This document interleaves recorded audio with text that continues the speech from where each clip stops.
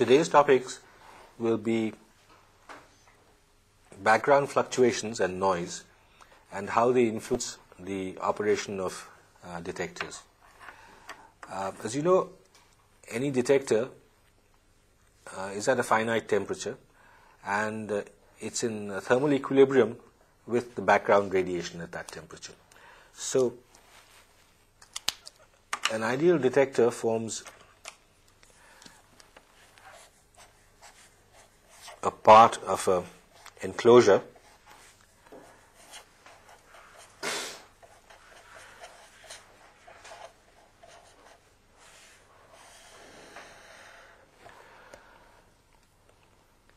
and it is in equilibrium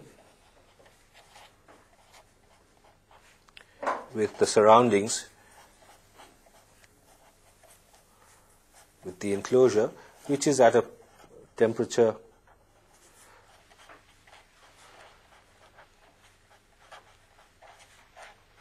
at temperature T. So the performance of the detector is limited by the fluctuations in the background radiation, and since detector both absorbs and emits radiation, the emission is also characterized by fluctuations in temperature. So we have fluctuations in the background radiation, which is given by the radiation laws.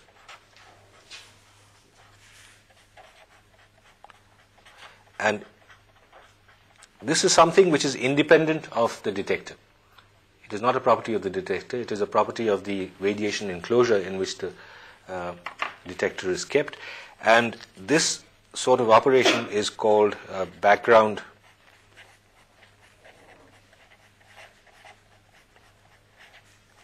limited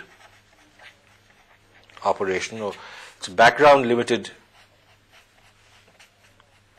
infrared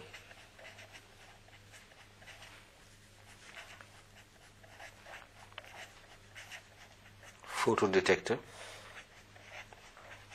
or blip for short. This is a word that is commonly used for defining the performance of detectors which are limited by fluctuations in the background radiation. Let us take the case of thermal detectors, which, as we know, respond to a broad background range of wavelengths, right from UV. There is no cutoff from UV to the infrared. And for thermal detectors, we have these detectors responding to the entire spectrum.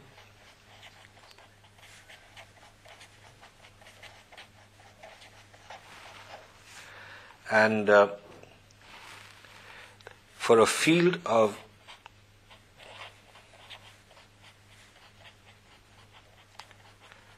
of 2 pi steradians, this is the solid angle, that means we have a detector which is which can receive radiation from half the total solid angle. The total solid angle being 4 pi, it can receive radiation from half the available solid angle. And for this, the mean square power fluctuations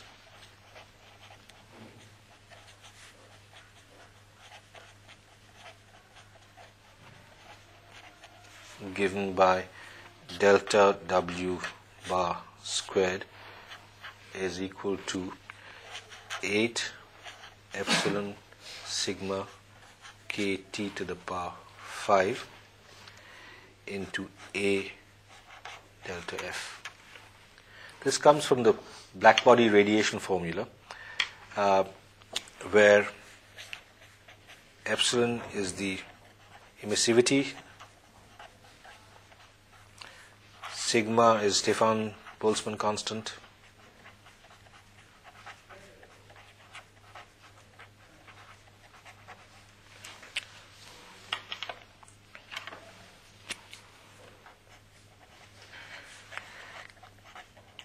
K is Boltzmann constant, T is temperature, A is the area of the detector, and delta F is the bandwidth in hertz. So from this relation we'll find out how we get the units of detectivity and specific detectivity. Remember, detectivity has a unit of per hertz per centimeter. Okay, and we'll see how this comes about. So, since these are the fluctuations in the background radiation, and due to this, since detector is in thermal equilibrium with the radiation field, the fluctuations in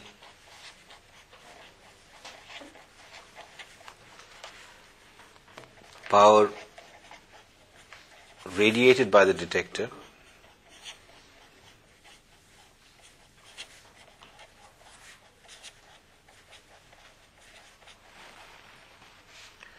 is epsilon emissivity into the noise equivalent power, which we've defined last time, is equal to twice delta W bar squared to the power half.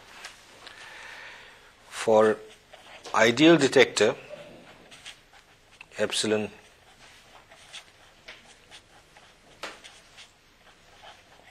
emissivity is equal to 1, so we can put epsilon is equal to 1, and now this defines the detectivity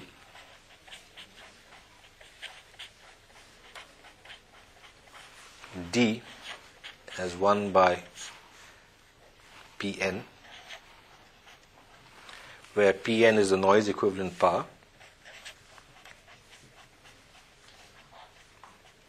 and the specific detectivity that we defined last time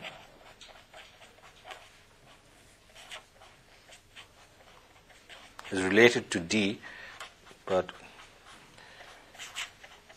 D star is equal to D A to the power half delta F to the power half. We'll see why this particular definition is used.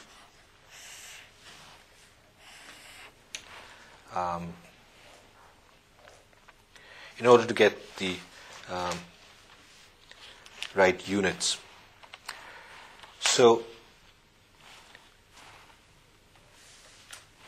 we can use this formula, okay, say for T is equal to 300,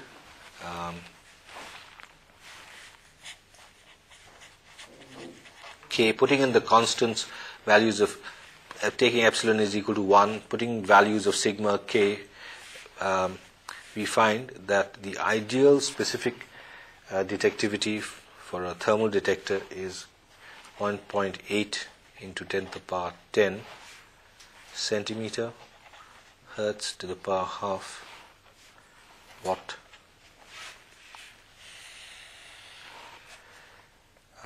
This is for, let me just remind you, this constant, Stefan's constant, is 5.67 into 10 to the power minus 8 watts per meter squared, degrees K to the power minus 4, okay, and KB, the Boltzmann constant, is equal to 1.38 10 to the power minus 23 joule per degrees K. So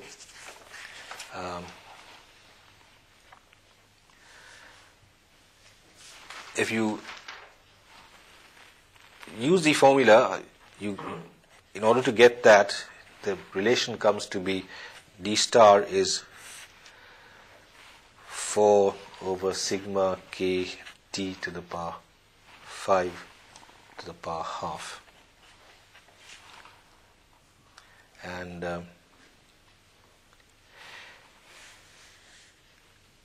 if you substitute these values, you get this expression. Okay? And the units are, you can check the units from these units. Okay, if you use these units, here k to the power minus 4, okay, here k to the power minus 1, okay, and here k to the power 5. Okay, so k cancels out, right? And you get, this is the right units for detectivity for an ideal thermal detector, which is, there is no frequency, there is no, this is constant over the entire bandwidth. For a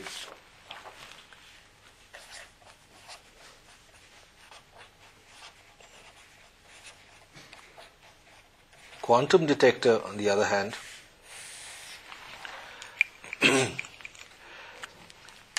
we have to consider mean square fluctuations in the number of arriving photons.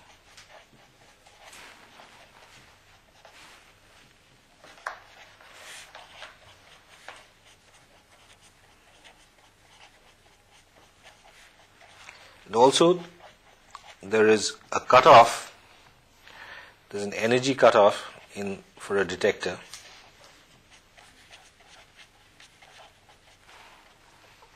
E must be greater than some h nu, okay, which h nu could be equal to Eg. So it is only for wavelengths lambda less than lambda c that the detector sees the radiation and the electron hole pairs are created. So in this case, Pn is hc by lambda into nn, and here hc by lambda, nn is the number of photons arriving, and if there's a fluctuation, then the noise equivalent power is given by this expression for delta bar squared is the fluctuations in number of photons arriving.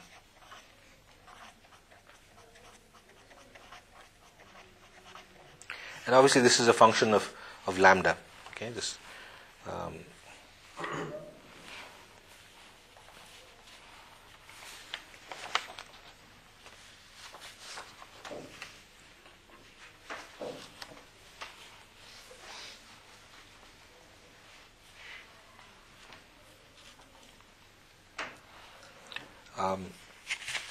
just to go back a minute, if we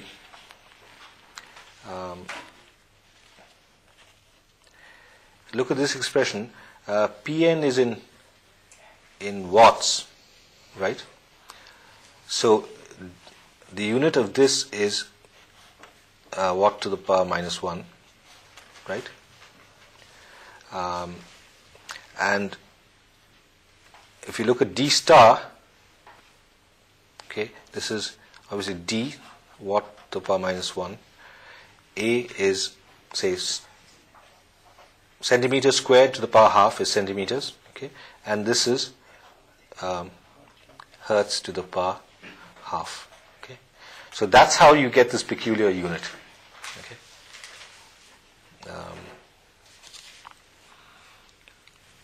It comes from this definition.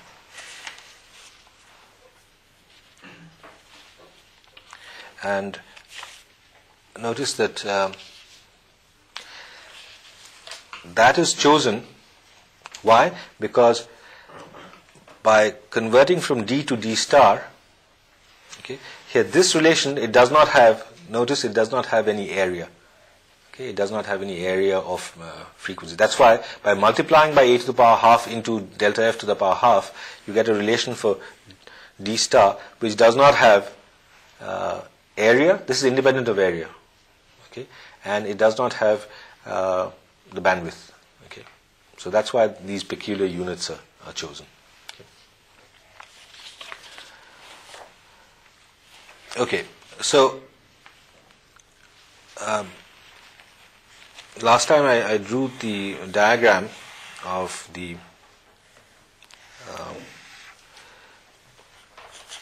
value of d star as a function of wavelength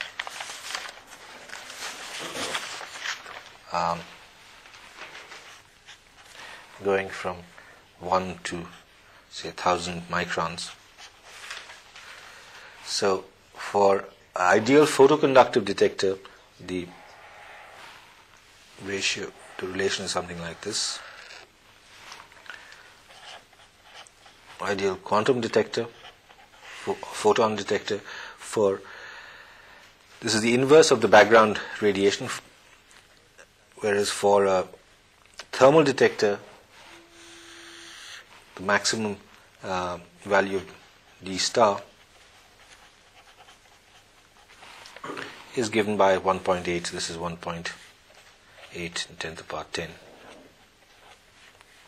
Okay. So as you can see, quantum detectors in this wavelength range and this wavelength range can have detectivities higher than thermal detectors. Right. So this is the one limitation of detectors, which is due to the background fluctuations. Okay, the background fluctuations create fluctuations in the response of the detector. Now, there are other limitations which depend upon the properties of the detector itself, which are governed by noise. And noise is a very important feature of all semiconductor devices. And one can define noise as anything undesirable which makes signals difficult to detect. That these are spontaneous fluctuations in either current through the device or a voltage across the device.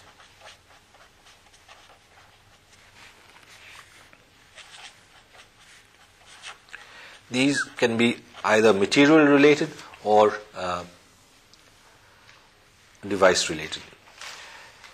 And of course they could depend upon, obviously, on the temperature, on the frequency range of operation, signal level, etc. So in all optoelectronic devices where we are interested in detecting weak signals, if the background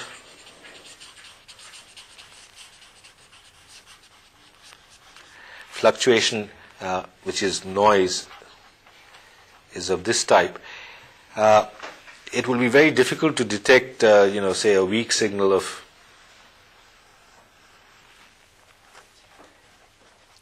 this amplitude if the signal is buried in noise. So in all detectors or in all devices, the signal to noise ratio is an important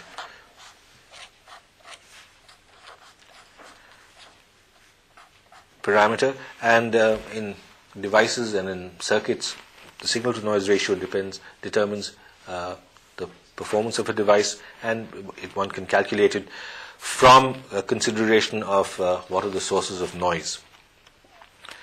So let us look at what are the various sources of noise in devices. The first source is very well known. It's present in all materials or devices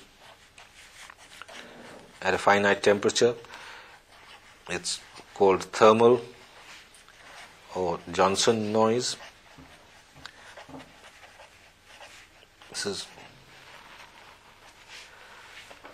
This is a wide This is also called white noise because it has a broad spectrum. It is proportional to the bandwidth. What is this due to? This is due to random motion of carriers.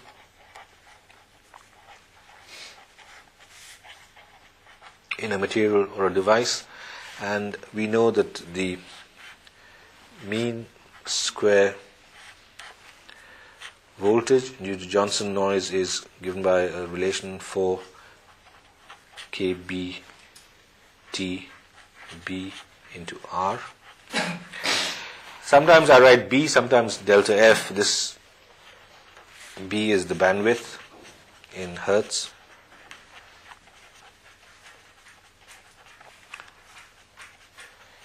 Sometimes we write this as delta F. R is the resistive part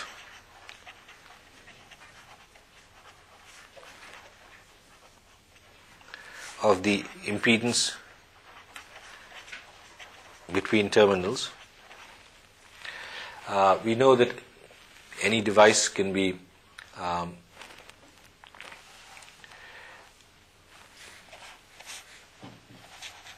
depicted by an equivalent circuit, say like this, R and C. Ideal capacitance is purely reactive. It does not have any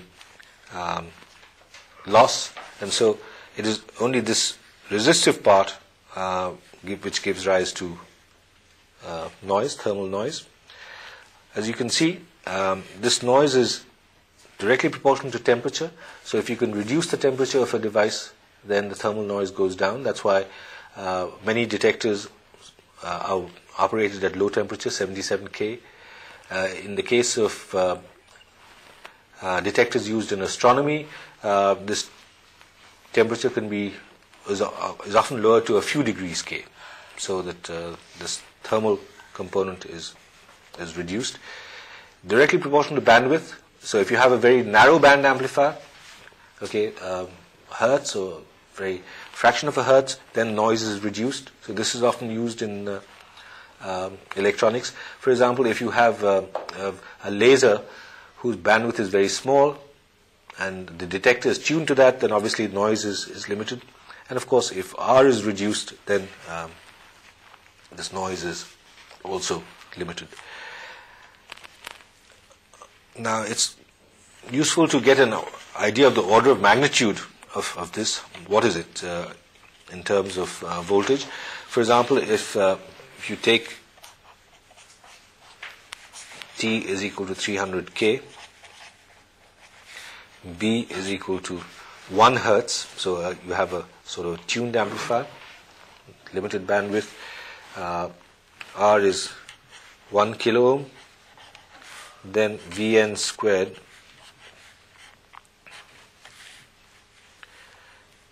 the mean square voltage fluctuations is, okay, the root mean square is 4 nanovolts. Okay, this is you can consider that to be fairly small, but suppose you increase the bandwidth to 1 megahertz. Okay, so then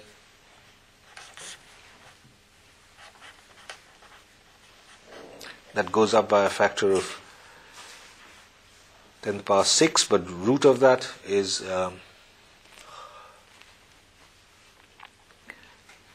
it goes up to 4 microvolts. Right? So this is not negligible. So over a large bandwidth, this is appreciable voltage.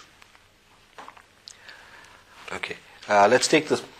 So this is present in all components: transistors, diodes, resistors, non-ideal capacitors, inductors. A perfect capacitance will not have any Johnson noise. A perfect inductor will not have any Johnson noise. But as you know, any real capacitor or inductor has a resistive component, and so you will get Johnson noise. Second component is what is known as flicker noise.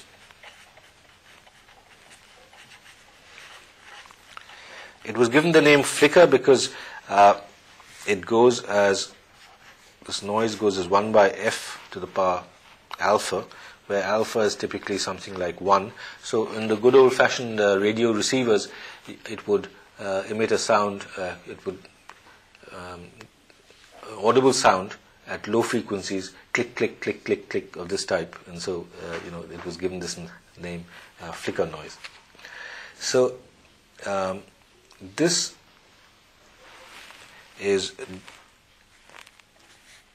due to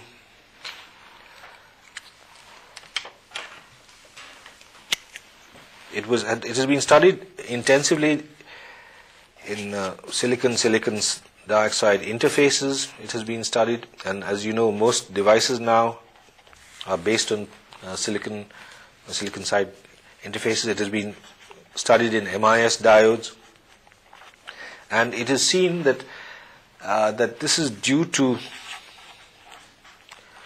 trapping and detrapping in surface states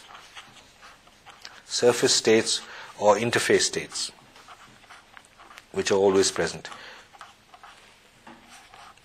So it can be reduced by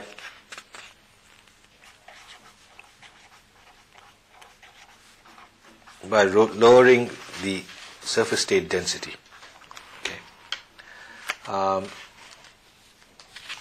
There are relations for this. For example,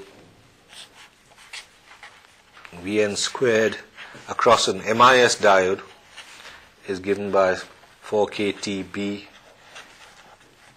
This is the conductive part of an impedance, omega squared, Cp squared, omega. So we have this 1 by omega dependence coming in here, and typically the spectrum will be the noise increases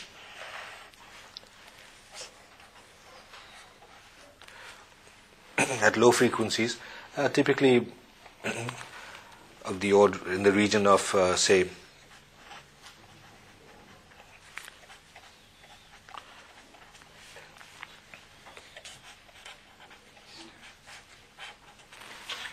so at low frequencies the noise increases due to increasing trapping, detrapping.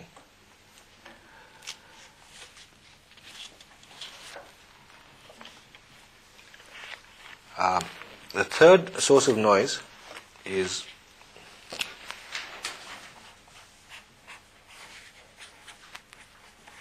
called shot noise. Again, the name comes about because it is considered due to, if you have a PN junction, okay, we know that in equilibrium and in PN junction there is no current if there is no bias, but carriers are always shooting across the junction. Over an average period of time there is no current, but carriers are nevertheless shooting across the junction from left to right and right to left, both electrons and holes, majority and minority carriers. So it is due to this is the shot noise is an important component in any device that has junctions or barriers. So it is due to random transport of carriers across the junction.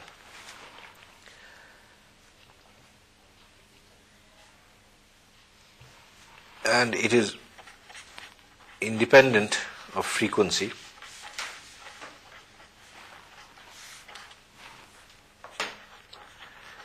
At low and independent and intermediate frequencies.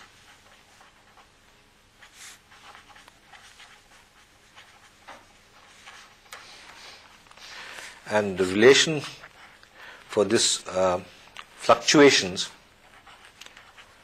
mean square fluctuations of the noise current, In squared, is given by a simple relation 2qB into I, where B is the bandwidth again and I is the actual current that is flowing through the junction.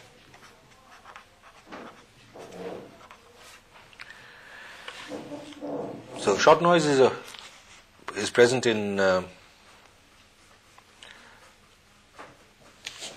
all devices, and again you see that noise can be reduced by either reducing the bandwidth B or by reducing the actual current through the junction.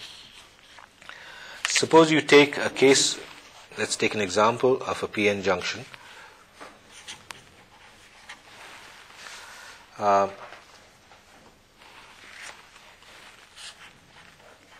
The mean square, total mean square noise is composed of the Johnson noise 4kT Bg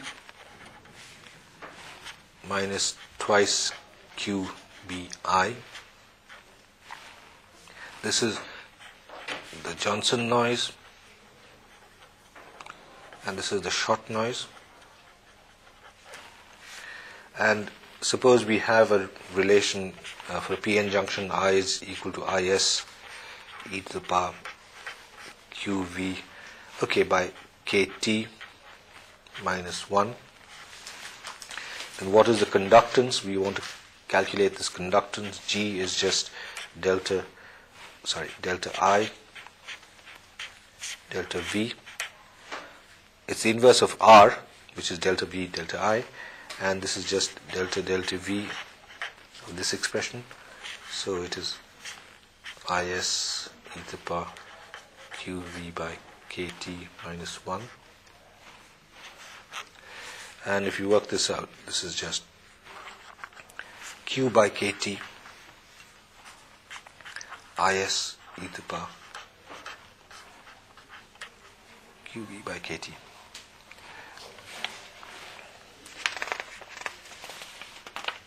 So if you substitute this in this expression, you find that for forward bias, IN's mean square noise current is twice QIS B e to the power QV by KT plus twice QB IS. If you just substitute in the expression, you get this final expression, and that you can see that this you can take, say, 2QBIS out, okay, e to the power QV over KT plus 1. So this mean noise current can be reduced by reducing this IS, saturation current. How can the saturation current be reduced?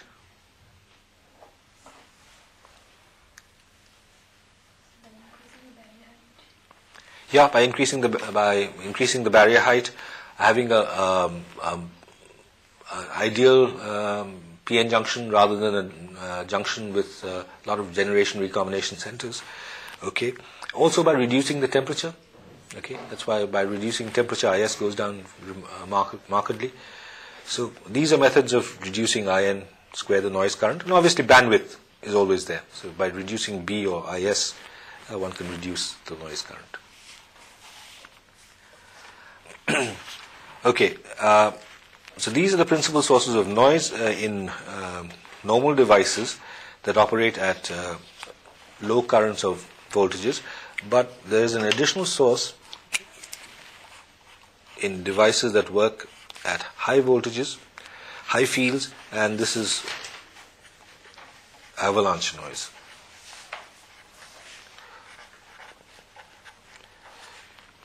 This is due to impact high electric fields,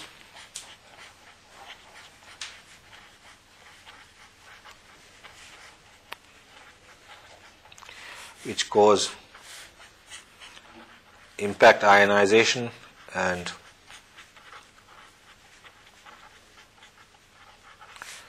so you have carrier multiplication.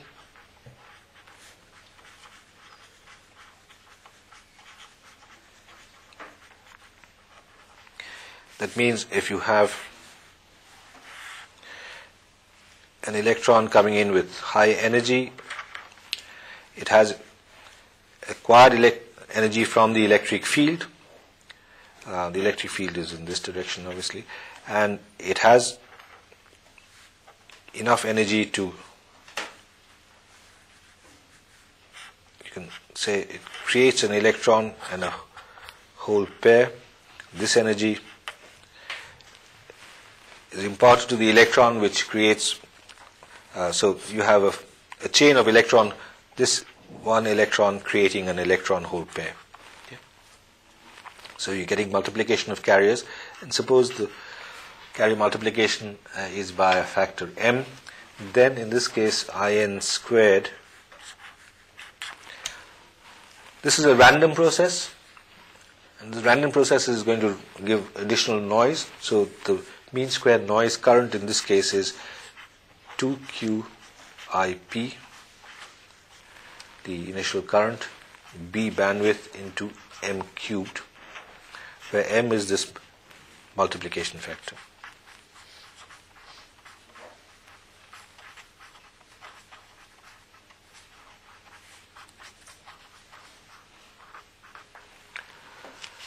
Now,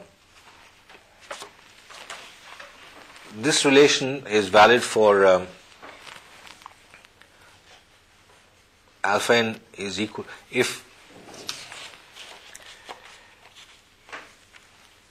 the rate of creation of electrons is given by alpha n and the rate of creation of additional holes is alpha p. This relation is valid for alpha n if the rates are the same. Alpha n is equal to alpha p. In general, if alpha n, the rate, ionization rate,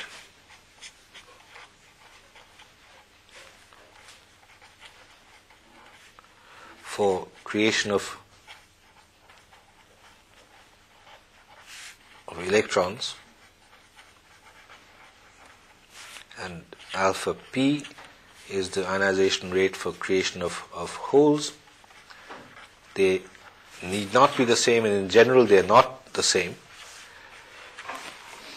Of course, they are not the same due to two reasons. One is obviously the effective masses are quite different. Okay, so Mn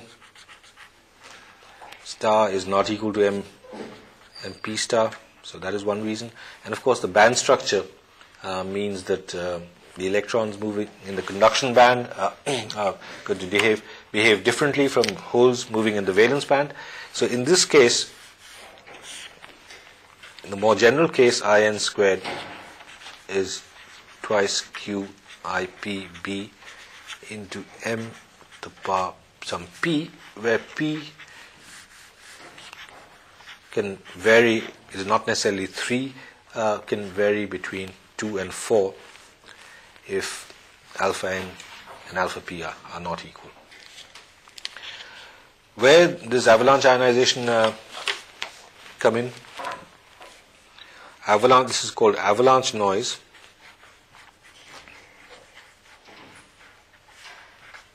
Due to the random generation of carriers at high electric fields, these are important in avalanche photodiodes,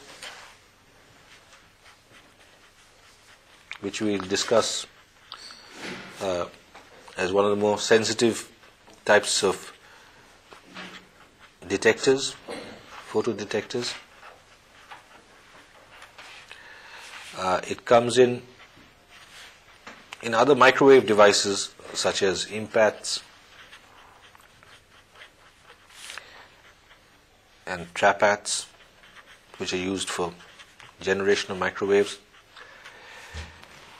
In the case of avalanche photodiodes, obviously this carrier multiplication is going to give rise to additional current. Okay, so the advantage is that you have higher sensitivity, because one photon can give rise to many electron hole pairs due to multiplication.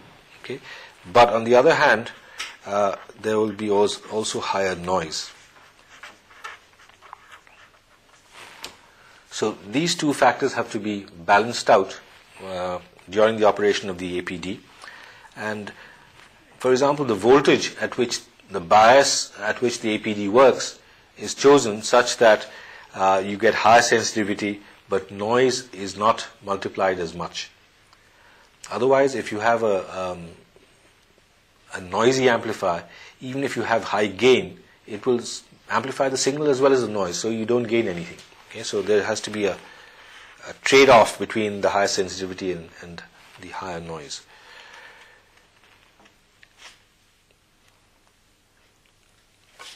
So, if we look at the general spectrum, the noise spectrum, so to say, okay.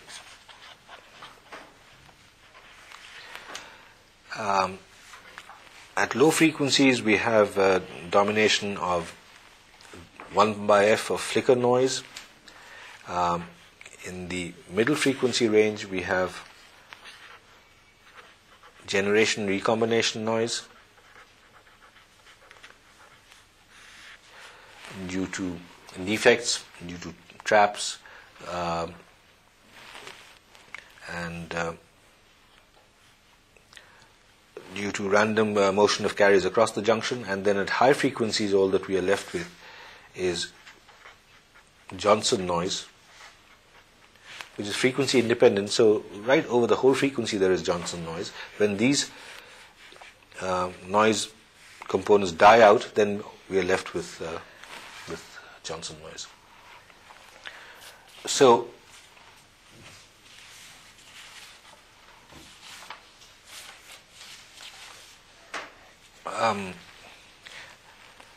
noise is a very important and inevitable presence in all detectors, and in each case of both the thermal and the quantum detectors, we can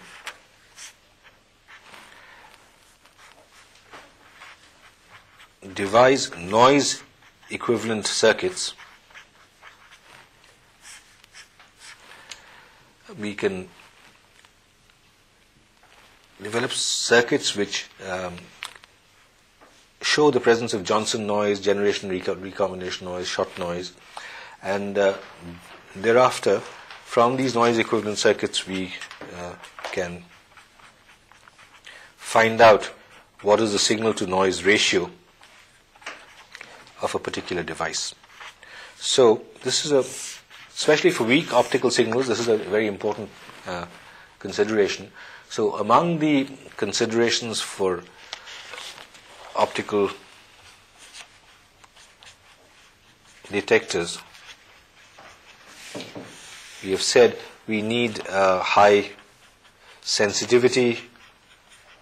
Sensitivity can be defined in terms of the detectivity or the responsivity.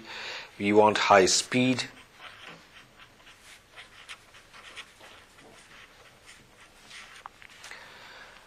Speed both in terms of carrier motion as well as RC time constants. We want low dark currents.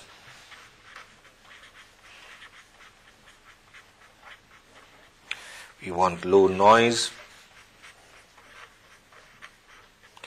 And both these can be combined in the requirement that basically we want high signal to noise ratio. High speed means obviously high bandwidth. So whenever we compare devices, we not only compare sensitivity, speed, but we also would like to compare what is the noise performance of these devices.